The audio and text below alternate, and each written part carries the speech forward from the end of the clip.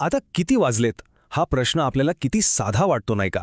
पण खरं तर ह्या एका प्रश्नामागे एक भलं मोठं भौगोलिक कोडं लपलेलं आहे. चला तर मग आज आपण हेच वेळेचं कोडं सोप्या भाषेत समजून घेऊया. चला थेट मुद्द्यावर येऊया. एका प्रश्नाने सुरुवात करूया. समजा मुंबईत दुपारी 3 वाजले आहेत, तर मग कोलकात्याची स्थानिक वेळ काय असेल? वाटतोय ना साधा प्रश्न? पण याच प्रश्नात एक खूप इंटरेस्टिंग कन्सेप्ट लपलेली आहे. याचं उत्तर आहे ना, ते या नकाशावरची शहरं आणि सूर्य यांच्या नात्यामध्ये दडलेलं आहे. आपण याच भूगोलिक नियमांचा वापर करून हे कोडं सोडवणार आहोत आणि हेही समजून घेणार आहोत की अख्ख्या भारतासाठी एकच वेळ असणं का गरजेचं आहे. तर हे उत्तर शोधण्यासाठी आपल्याला सगळ्यात आधी पृथ्वी, तिची रेखावृत्त आणि वेळ यांच्यातला संबंध समजून घ्यावा लागेल. आता बघा, रेखावृत्त म्हणजे काय? तर पृथ्वीवरच्या या उभ्या काल्पनिक रेषा. आपली पृथ्वी पश्चिमेकडून पूर्वेकडे फिरते, बरोबर? त्यामुळे होतं काय की पूर्वेकडच्या ठिकाणांवर सूर्योदय आधी होतो, म्हणजे तिथली वेळ पुढे असते आणि पश्चिमेकडच्या ठिकाणांची वेळ मागे असते. अगदी सोपं आहे. आणि यातली सगळ्यात इंटरेस्टिंग गोष्ट माहिती आहे काय? यामागे एक पक्कं गणित आहे. 2 ठिकाणांमध्ये फक्त 1 डिग्री रेखावृत्ताचा फरक असेल ना, तर त्यांच्या वेळेत बरोबर 4 मिनिटांचा फरक पडतो. फक्त 4 मिनिटांचा. आणि याच 4 मिनिटांच्या नियमामुळे एक भन्नाट गोष्ट समोर येते. ती म्हणजे तांत्रिकदृष्ट्या बघितलं तर अगदी प्रत्येक जागेची स्वतःची अशी एक वेगळी वेळ असते. यालाच आपण म्हणतो स्थानिक वेळ. म्हणजे एखाद्या ठिकाणी सूर्य जेव्हा बरोबर डोक्यावर येतो तेव्हा तिथे दुपारचे 12 वाजले असं मानलं जातं. याचा अर्थ काय? तर स्थानिक वेळ ही पूर्णपणे सूर्याच्या स्थितीवर ठरते. आणि म्हणूनच अगदी जवळजवळ असणाऱ्या शहरांमध्ये सुद्धा स्थानिक वेळेत फरक असू शकतो. आता जरा विचार करा, जर प्रत्येक शहराची, प्रत्येक गावाची स्वतःची वेगळी वेळ असेल, तर आपल्या भारतासारख्या एवढ्या मोठ्या देशात काय गोंधळ उडेल? कल्पना करून बघा. समजा आपल्या देशात हजारो वेगवेगळ्या स्थानिक वेळा असत्या. काय काय प्रॉब्लेम्स आले असते विचार करा. चला बघूया.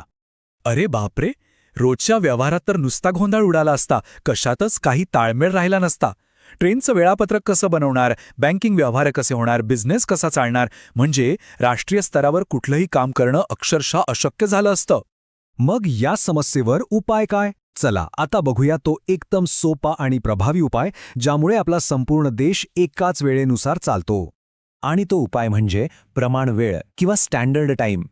यात काय होतं की देशासाठी एक मध्यवर्ती रेखावृत्त निवडलं जातं आणि त्या रेखावृत्तावर जी वेळ असेल तीच संपूर्ण देशासाठी अधिकृत वेळ मानली जाते. हजारो वेळांचा गोंधळच नाही.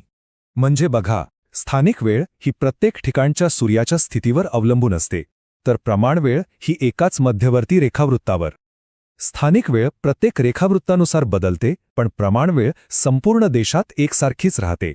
त्यामुळेच राष्ट्रीय कामांसाठी स्थानिक वेळ गैरसोयीची ठरते आणि प्रमाण वेळ अत्यंत आवश्यक असते. आपल्या भारतासाठी हे प्रमाण रेखावृत्त आहे 82°30' पूर्व. याच रेखावृत्तावरून आपल्या संपूर्ण देशाची वेळ ठरवली जाते. हे रेखावृत्त उत्तर प्रदेशातल्या मिर्झापूर शहराजवळून जातं. तर याचा अर्थ असा की जेव्हा मिर्झापूरमध्ये स्थानिक वेळेनुसार दुपारचे 12 वाजतात, तेव्हा गुजरातपासून ते अरुणाचल प्रदेशपर्यंत संपूर्ण भारतात अधिकृतपणे 12 वाजलेले असतात. सगळ्यांची घड्याळं एकाच वेळी चालतात. तर ही भारतीय प्रमाणवेळ म्हणजे आपली IST कशी ठरते? एकदम सोपं आहे. पहिलं, देशासाठी एक मध्यवर्ती रेखावृत्त निवडलं जातं, जे आपल्यासाठी आहे 82°30' पूर्व. दुसरं, त्या रेखावृत्तावरची स्थानिक वेळ काढली जाते.